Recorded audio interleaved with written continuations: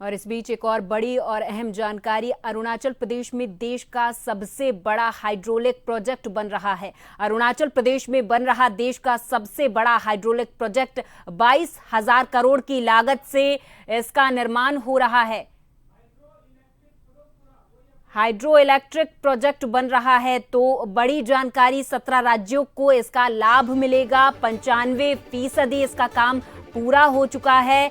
8 में से 2025 तक देश को समर्पित हो जाएंगी। बाकी की 5 यूनिट मई 2026 तक तैयार होंगी। बड़ी जानकारी, अरुणाचल प्रदेश में बन रहा देश का सबसे बड़ा हाइड्रो इलेक्ट्रिक प्रोजेक्ट, 22,000 करोड़ की लागत से हो रहा इसका निर्माण।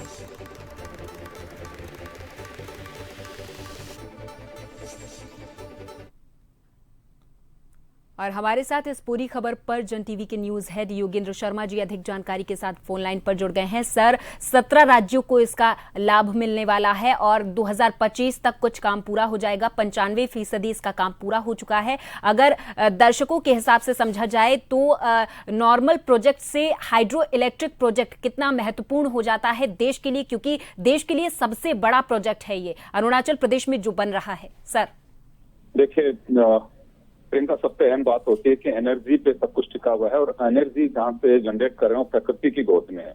अभी तक की जो पहचान अरुणाचल प्रदेश की रही है वो एक ही नहीं है।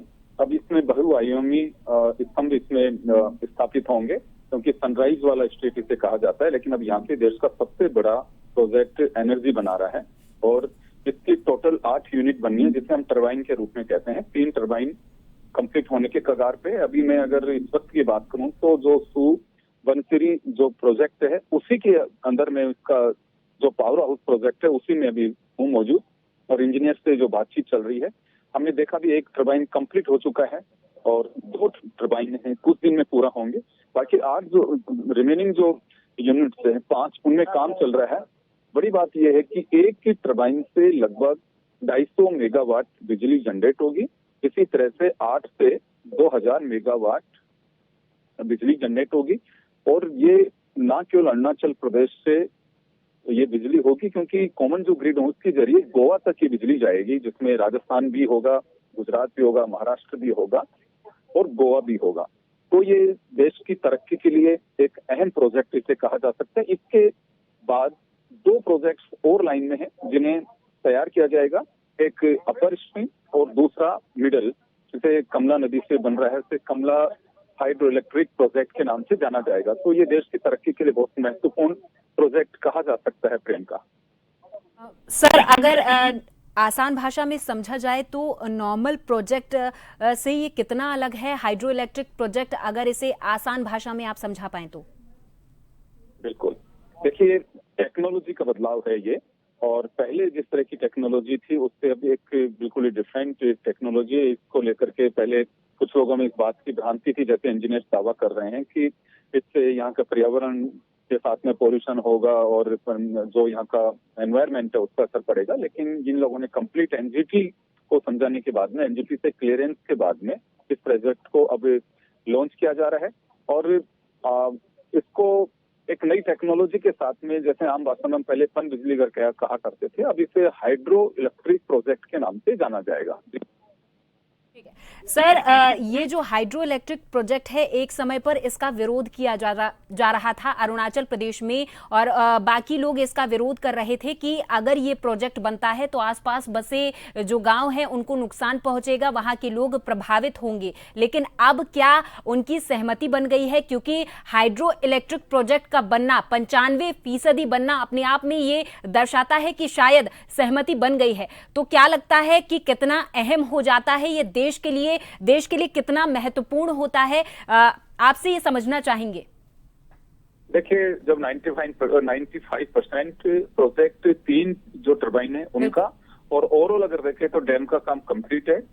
लोगों की जो बात है, अभी यहाँ की स्थिति हमने देखी है कि आर्थिक रूप से भी लोग समृद्ध हो रहे हैं और यहाँ के लोकल लोगों से जो बात हुई, कहा जा रहा है कि यहाँ पे अभी बाजार डेवलप हुए हैं, क्योंकि सीएसआर फंड के जरिए जो पैसा जा रहा है वो यहाँ के डेवलपमेंट, स्कूल, यहाँ के पानी, हॉस्पिटल, कॉलोनी, बहुत सारी चीजें हैं, उनको लेकर के यहाँ के लोगों को रोजगार भी मिल रहा है। तो इस लिहाज से अब क्योंकि एनजीटी के क्लियरेंस के बाद अब मुझे नहीं लगता कि कोई दिक्कत वाली बात है, और यहाँ के क्षेत्र का डेवलपमेंट हो रहा है और आगे होगा, तो लगता है कि अब यहाँ के लोगों को भी कोई दिक्कत होनी नहीं चाहिए। जी, अगर समझा जाए तो 17 राज्यों को इसका लाभ मिलने वाला है, तो वो 17 राज्य कौन से हैं प्रमुख जिन्हें इसका लाभ मिलेगा? क्योंकि हाइड्रो इलेक्ट्रिक प्रोजेक्ट देश का सबसे बड़ा प्रोजेक्ट अरुणाचल प्रदेश में जो बन रहा है, 17 राज्य वो कौन से होंगे सर मुख्य तौर पर जिन्हें इसका लाभ मिलने वाला है? कि बिजली प्रसारण के लिए अलग अलग यूनिट्स बनी हुई है और उनका अपना एक इंफ्रास्ट्रक्चर होता है। अलग अलग जगह से जो बिजली की यूनिट्स, क्योंकि बिजली का एक ही तरह की होगी, जो प्रोडक्शन यूनिट्स हैं उनके नाम अलग अलग दिए जाते हैं। तो जब ये बिजली एक कॉमन उसमें प्रसारण के लिए एक फीडर के जरिए जाएगी, तो ये यहाँ से कॉमन बिजली प्रसारण की जो यूनिट है उनमें शामिल किया जाएगा इसको। इसके जरिए गोवा तक आप देख लीजिए, यानी कि साउथ का हिस्सा, नॉर्थ और नॉर्थ ईस्ट के कई राज्यों को इससे बिजली मिलेगी। तो इस तरह से 17 राज्य होंगे। जी सर, तमाम जानकारी के लिए, तमाम चर्चा के लिए आप हमारे साथ जुड़े और तमाम जानकारी आपने हमारे दर्शकों तक पहुंचाई। तो अगले साल मार्च में देश को ये मिल जाएगा हाइड्रो इलेक्ट्रिक प्रोजेक्ट, देश का सबसे बड़ा प्रोजेक्ट जो कि अरुणाचल प्रदेश में बन रहा है।